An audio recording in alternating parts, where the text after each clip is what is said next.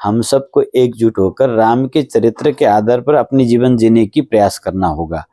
जब हम राम के पथ पर अपनी जीवन को जिएंगे तो उसी प्रकार से अगला भी हमारा अनुसरण करेगा। ये समय कहा सुनी का नहीं है, देखा सीखी का है।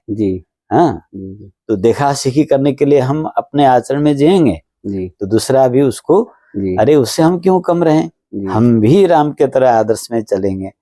तो राम के जैसे बेटा, राम के जैसा शिष्य, राम के जैसा पति, राम के जैसा मित्र, राम के जैसा सोच, राम के जैसा वीरता, ये हमारे अंदर आना चाहिए। तो सनातन की ओर हम अग्रसर होंगे। जी, भारतीय संस्कृति की पहचान हमारे संत महापुरुषों से है।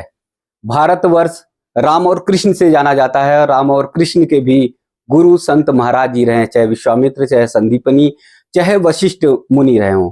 और इसीलिए भारतवर्ष ऋषि मुनियों की धरती कही जाती है, इसीलिए भारतवर्ष संतों की धरती कही जाती है। आज हमारा बहुत बड़ा सौभाग्य है कि नेपाल से चलकर हरिगढ़ की पावन धरती पर पावन पुनीत अपने चरण को स्पर्श करके इस हरिगढ़ की धरती को पवित्र करने वाले पूज्य महाराज जी का आगमन हुआ है। श्रीमद जगत गुरु महायोगी संत महाराज जी हमारे साथ में है। महाराज जी के चरणों में बहुत बहुत वंदन, बहुत बहुत प्रणाम, बहुत बहुत धन्यवाद। पूज्य महाराज जी, जिस प्रकार से सनातन धर्म की धर्म ध्वजा पूरे विश्व में लहरा रही है, अभी रामलला विराजमान हुए हैं और उसके बाद भारतवर्ष ही नहीं पूरे देश में और दुनिया भर में जो है सनातन की अलख जगती गई, तो ऐसा आने वाले दिनों में ऐसा होगा क्या कि पूरा सनातन की ओर जो है पूरा विश्व लौटेगा? सनातन ही एक मूल मार्ग है जी, और सनातन इसीलिए कहते हैं न उसका आरंभ होता है न उसका समापन होता है, जो नित्य रहता है उसे सनातन कहते हैं। सनातन सदा विद्यमान है ही है। हमें सनातन को जानना है, हमें सनातन के अनुसार अपने जीवन जीना है। सनातन वैदिक जीवन पद्धति को कहते हैं। वैदिक जीवन पद्धति का अभिप्राय यह है कि प्राकृत जीवन पद्धति, ऐसी जीवन पद्धति जो प्रकृति के साथ होकर हमें मोक्ष तक पहुंचना है, इसे वैदिक जीवन शैली कहते हैं। वैदिक जीवन शैली ही वैज्ञानिक जीवन शैली है और यही सनातन परंपरा है। तो भारतीय जो संस्कृति जो है ये सनातन पर आधारित है, यानी वैदिक जीवन शैली पर आधारित है।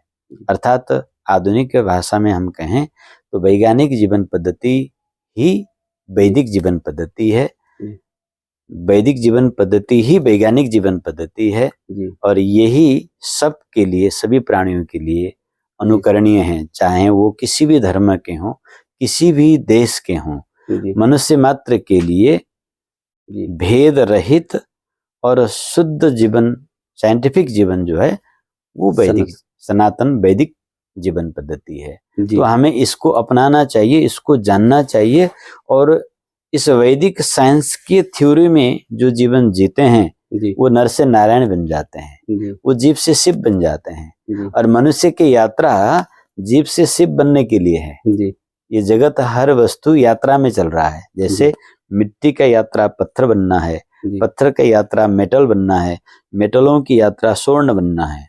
हाँ, इसी प्रकार से कार्बनों की यात्रा जो है रत्न बनना है, रत्नों में भी डायमंड बनना है। ऐसे ही मनुष्य की यात्रा जो है जीव से शिव की ओर जाना है, नर से नारायण बनना है। तो ये पद्धति तभी संभव होगा जब हम वैदिक साइंस के आधार में अपने जीवन चलाएंगे। उठना बैठना खाना पीना जो कुछ भी हम कर्म करते हैं ये शास्त्र मुखी होना चाहिए, अर्थात वैदिक जीवन पद्धति से होना चाहिए, यानी वैदिक साइंस के आधार में होना चाहिए। यदि वैदिक साइंस के आधार में हम अपने डेली रूटीन को, जीवन को जीते हैं तो प्रकृति के साथ हमारी गहरा तालमेल बैठ जाता है। तो हम अपनी आयु के पूरे जी सकते हैं, निरोग होकर जी सकते हैं, शांत मन से जी सकते हैं और आनंद को भोग करते हुए मोक्ष को प्राप्त कर सकते हैं। लेकिन यह है वैदिक जीवन। नई पीढ़ी जो है वो पाश्चात्य संस्कृति की ओर तेजी से भाग रही है, मॉडर्नाइजेशन की ओर बढ़ रही है। असल में भड़काव ये प्रकृति है जी। हाँ, तो ये विपरीत प्रकृति है जी, जो विकृति की ओर हमें प्रभावित करता है जी। वास्तव में हम जो हिंदुस्तानी हैं ये वेस्टर्न कल्चर प्रति आकर्षित हुए थे। जी। हाँ, अब हमारे बच्चे ये समझ रहे हैं, आज अच्छा, के उन्हें अनुभव हो रहा है। नए पीढ़ी ये समझ रहे हैं कि इनसे ज्यादा साइंटिफिक तो हम हैं। जी। क्योंकि हर चीज उनसे पुराना हमारा है। चाहे आप विमान की विषय लीजिए, जो आज टेलीविजन टेलीफोन हम प्रयोग कर रहे हैं, ये 5000 वर्ष पहले महाभारत काल में प्रयोग होता था, संजय ने प्रयोग करके दिखाया था। तो ये सब तो हमारे पास पहले से ही था। तो आधुनिक युवाएं, आधुनिक पीढ़ी जो इस बात को समझने की प्रयास भी कर रही है, उन्हें समझाना भी है। और पश्चिमी जीवन पद्धति अवैज्ञानिक है, अपारदर्शी है, भेद से युक्त है, विभेदकारी है। वैदिक जीवन पद्धति विभेद रहित है, पारदर्शी है। ये पश्चिमाओं ने समझ लिया और वो हमारे वैदिक जीवन पद्धति को अपनाने के लिए कपट रूप से प्रयास कर रहे हैं। सीधे आने में उनको शर्म आ रहा है, तो घुमा फिरा के वो भी हमारे वैदिक पद्धति को पकड़ने के प्रयास कर रहे हैं। तो ये आशा करेंगे कि अयोध्या में श्री राम लला के अपने घर में पुनः नवीन घर में विराजमान होने से एक लहर, एक जागृति तो विश्व में आ गया है कि राम ही जगत के आदर्श हैं, राम के आदर्श ही मानव का पूर्णता है। ये एक जागृति आया है, पर इससे पूर्ण नहीं होगा। इसमें आप हमको अब जम के काम करना होगा, क्योंकि केवल मंदिर में रामलला विराजमान होने मात्र से हमारी जीवन पद्धति में परिवर्तन नहीं आएगा। अब राम के मार्ग पर हमें चलना है, राम के चरित्र पर हमें चलना है। रामचरित मानस यानी राम के चरित्र जो है मनुष्य के आचरण है, तो हमें अपने आचरण में उतारना होगा। इसे उतारने के लिए आप हम जितने भी भारत वर्ष के वासी हैं, नेपाल के या भारत के, हम जितने भी सनातनी हैं, हम सबको एकजुट होकर राम के चरित्र के आधार पर अपनी जीवन जीने की प्रयास करना होगा। जब हम राम के पथ पर अपनी जीवन को जिएंगे तो उसी प्रकार से अगला भी हमारा अनुसरण करेगा। ये समय कहा सुनी का नहीं है, देखा सीखी का है। हाँ, तो देखा सीखी करने के लिए हम अपने आचरण में जिएंगे तो दूसरा भी उसको, अरे उससे हम क्यों कम रहें, हम भी राम के तरह आदर्श में चलेंगे। तो राम के जैसे बेटा, राम के जैसा शिष्य, राम के जैसा पति, राम के जैसा मित्र, राम के जैसा सोच, राम के जैसा वीरता, ये हमारे अंदर आना चाहिए। तो सनातन की ओर हम अग्रसर होंगे। जी, राम जी की बहुत ज्यादा चर्चा हुई। आप हमारे सीता मैया के मायके से आए हुए हैं जी। नेपाल जनकपुरी सीता मैया का मायका है। तो माताओं में जो है सीता मैया के गुण कैसे आए? जहां पर पति को वनवास दिया जाता है तो सीता मैया कहती कि नहीं, मैं भी पति के साथ जाऊंगी, 14 वर्ष तक जंगल में रहूंगी। संघर्ष करती हैं और अपने पति को छोड़ती नहीं है परिवार में। लेकिन आज के समय में बहुत ज्यादा तलाक के मामले आ रहे हैं, बात बात पर परिवार में विघटन आ रहा है। वो सब कैसे खत्म होगा और सीता मैया का आदर्श कैसे पुनः लौटेगा? अति सुंदर आपने प्रसंग उठाया, इसके लिए आपको बार बार धन्यवाद। जी। नेपाल वैसे हरिहरात्मक भूमि है और शक्ति का प्रादुर्भाव भूमि है। माँ भगवती पार्वती भी नेपाल में ही प्रकट हुई। हाँ, हिमालय पर्वत के यहाँ प्रकट हुई, तो वो पर्वत नेपाल में है जहाँ प्रकट हुई थी, वो स्थल भी है माँ सती जहाँ प्रकट हुई। उसी प्रकार से पराम्बा जगत जननी भगवती सीता, सीता कौन है?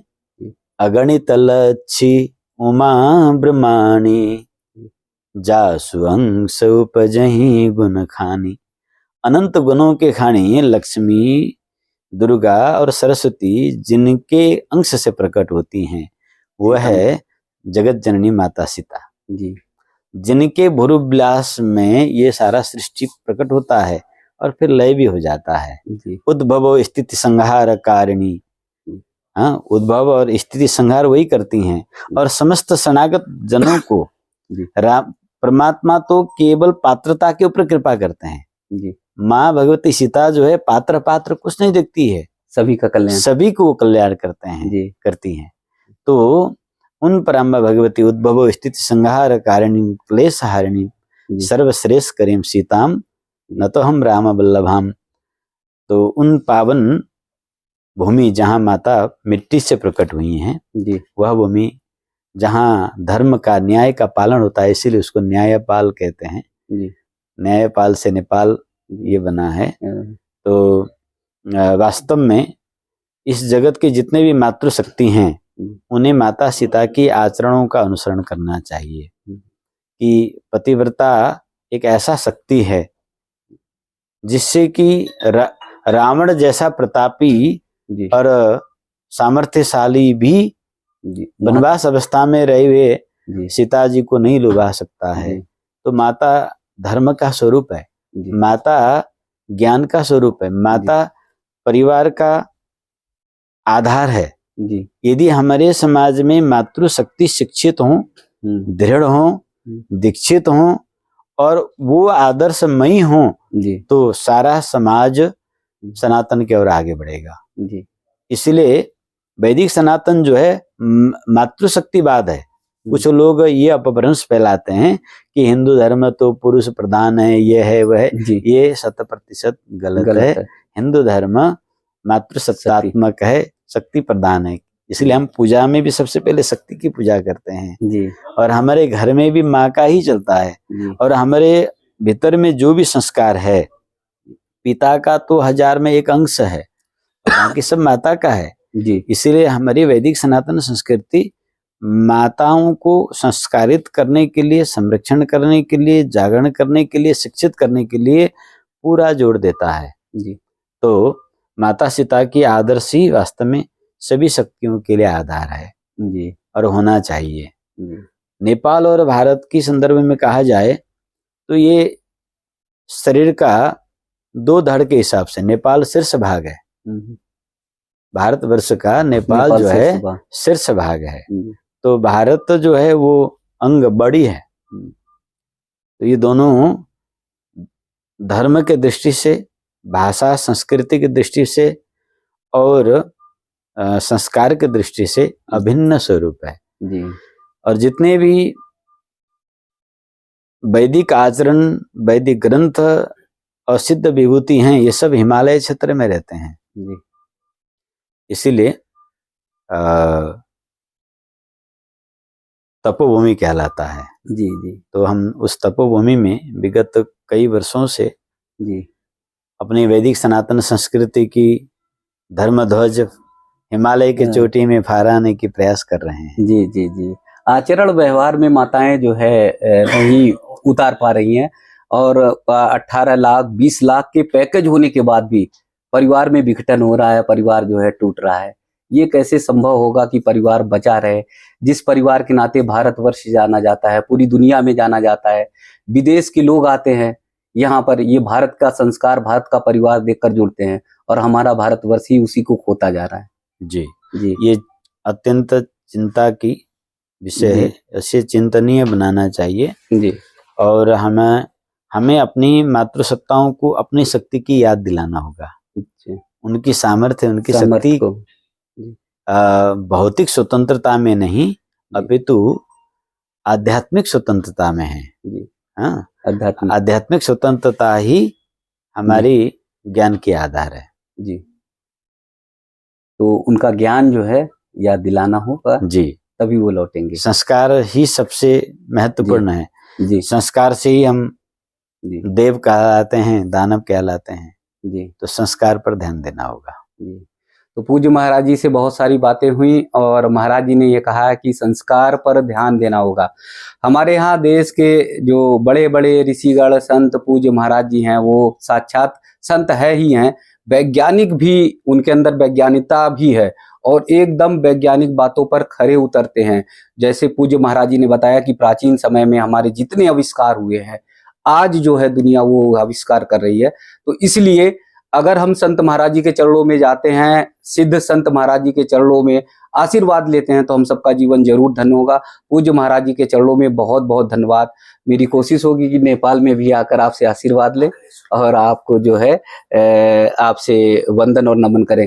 पूज्य महाराज जी का अगर आप सबको दर्शन करना है तो ये पूरा जो बहुत बड़ा हरिगढ़ में आयोजन भव्य चल रहा है और हम सब का सौभाग्य है कि इस पावन पुण्य धरती पर पूज्य श्री राम जन्मभूमि के अध्यक्ष महंत नित्य गोपाल दास महाराज जी का भी पावन चरण स्पर्श पड़ा। तो अखिलेश्वर महादेव मंदिर स्थान है रघुवीरपुरी में, वहां पर आप कथा अमृत का आशीर्वाद ले सकते हैं, पूज्य महाराज जी लोगों का दर्शन कर सकते हैं। ऐसे पावन पुनीत संतों का दर्शन वो आनंद में डाल देता है। और हमारी धरती तो पवित्र है। देखिए होटल का भी जो है उद्घाटन हुआ, जहां पर बड़े बड़े सेलिब्रिटियों को बुलाया जाता है, फिल्मी कलाकारों को, वहां पर पूज्य नित्य गोपाल दास महाराज जी ने किया। अब जब हमारे संत ऐसे जगहों पर चरण रखेंगे तो पावन धरती कितनी और पुनीत हो जाएगी। तो इसलिए सतीश गौड़ जी को भी बहुत बहुत वंदन कि हर साल ऐसे पूज्य संत महाराज जी लोगों को बुलाते रहते हैं। आप सत्यायु हो, जिससे हम सबको ऐसे पूज्य संत महाराज जी लोगों का दर्शन हो सके। बहुत बहुत वंदन आपको भी और बहुत बहुत चरण वंदन पूज्य महाराज जी को।